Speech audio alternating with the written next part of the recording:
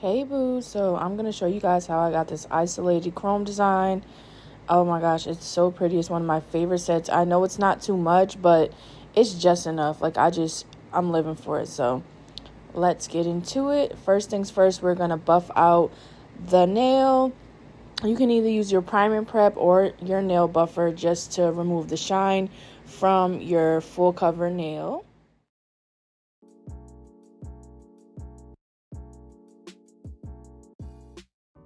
So I'm going to go in with Vintage Lace by iGel Beauty, and I'm going to do one thin layer of that, and then I'm going to go in with Vintage Carnation from Apres, and I'm going to go in with three thin layers of that. It gives me the perfect coverage. I just feel like with the Vintage Lace, it gives me that just like simple, like cloudy, a little bit nail, so that when I put the Vintage Lace on top of it, it's not so super like thin where you can kind of see through. It's like it gives me just a little bit of coverage when I do the 3 layers of the Vintage Carnation. You don't have to do this. This is just what I chose, to do, but do whatever. You could skip the Vintage Lace. You don't have to do that layer, and you don't have to go in with 3 layers of Vintage Carnation. You can just do 1 or 2. Do it to your desired opacity, but this is just what I wanted to do. Now, keep in mind when you are going in with multiple layers of top coat or base coat or anything like that, it can make the nails stiff. So just calculate for that when you are making your press-on nails, or your full cover nails, or if you're doing like Gel X or anything like that, because it is going to make the nails also a little bit bulky, but you can file and shape and, give it strength. I do this because I like to give my nails strength because I wear press-ons, and it makes it so that my press-ons last me for a long time. But, like I said, you can feel free to skip any of these steps and, just go in with the 2 layers of Vintage Carnation and call it a day.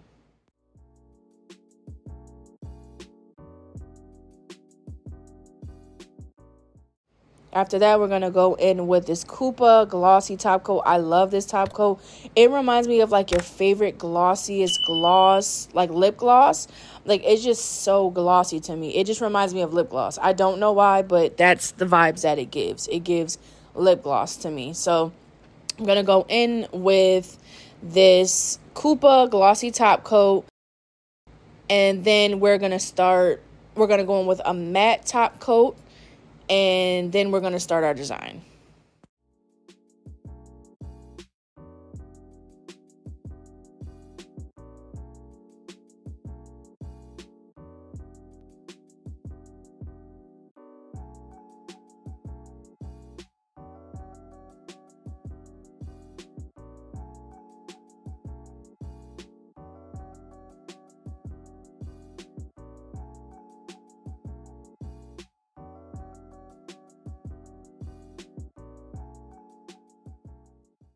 Now, shout out to Limitless with Sid K, because she put me onto this matte top coat to help with your isolated chrome designs. Make sure you guys definitely check her out.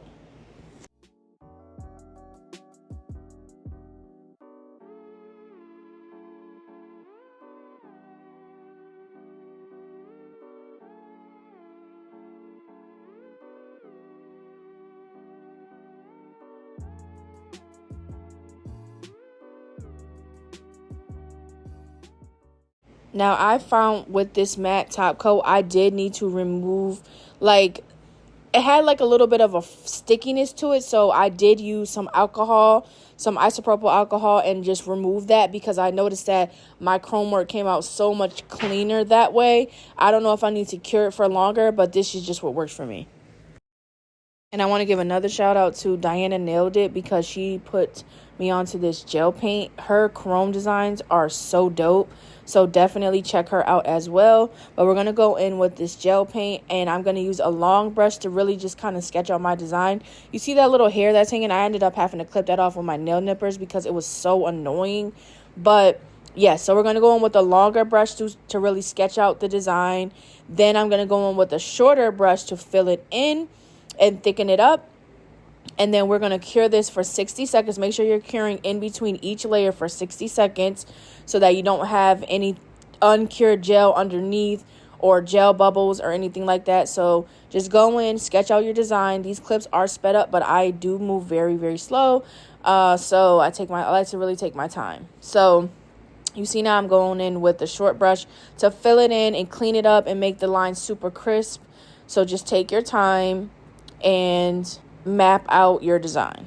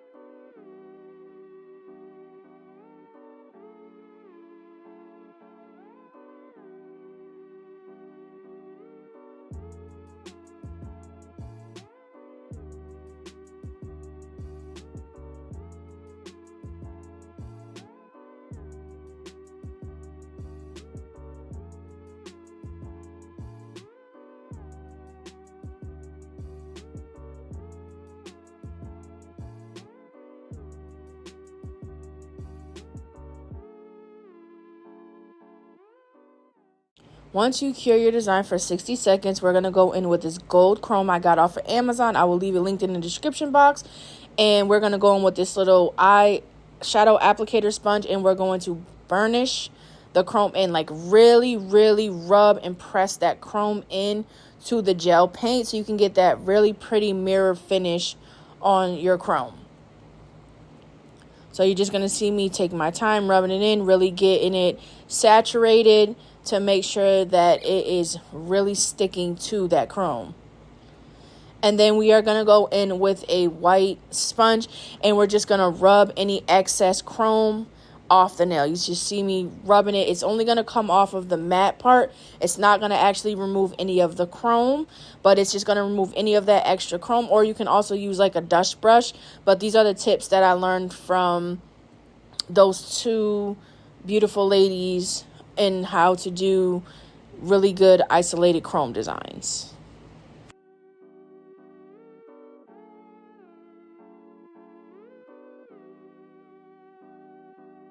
Now for the final layer of top coat, we are going to go in with Coupa Glossy Top Coat. Is so pretty. And after this, I am going to file and crispen up my shape. And that's it. Now, also, at the end of the video, when I show you the final nail, I did chip the front of my nail because I ended up over filing and my file slipped and it peeled up some of my chrome. So just be mindful when you are filing that free edge, if your design does go towards the free edge or the edges of the nail, to just be more mindful of where you're filing at so you don't have anything that chips, and go back over it and seal it and make sure that your chrome design is sealed in. So, you know, learn from my mistakes. But you can see here like how I'm going up. I should have went downwards, so that way I mean, I'm going up and down, but I should have went more so focusing the file downwards because it ended up chipping the tip of my chrome design. But you know, everything's not going to always be perfect when you're, you know, I'm just showing you guys how I do it. You know, take your time. I was rushing, so that's really where my mistake came in. I'm going to use my e-file to really go in and crispen up the tip of my nail. So that is another tip I use for my nail designs, because when you're using multiple layers of gel, it tends to bulk up the nail at the free edge. So you can always go in with a file and go underneath the nail to clean it up. And I like to also clean off the edges because the nails can get very tight and that's how it keeps my nails from making sure that they fit me personally, and it may also help you with your clients. So now you're just going to dust it off. You're going to take some alcohol and remove any of the dust and fingerprints, and this is the final nail. I hope you guys enjoyed. Make sure that you guys subscribe to my channel, share with a friend, and I will see you guys next time. Also, comment below what else you guys want to see me do. Peace and love.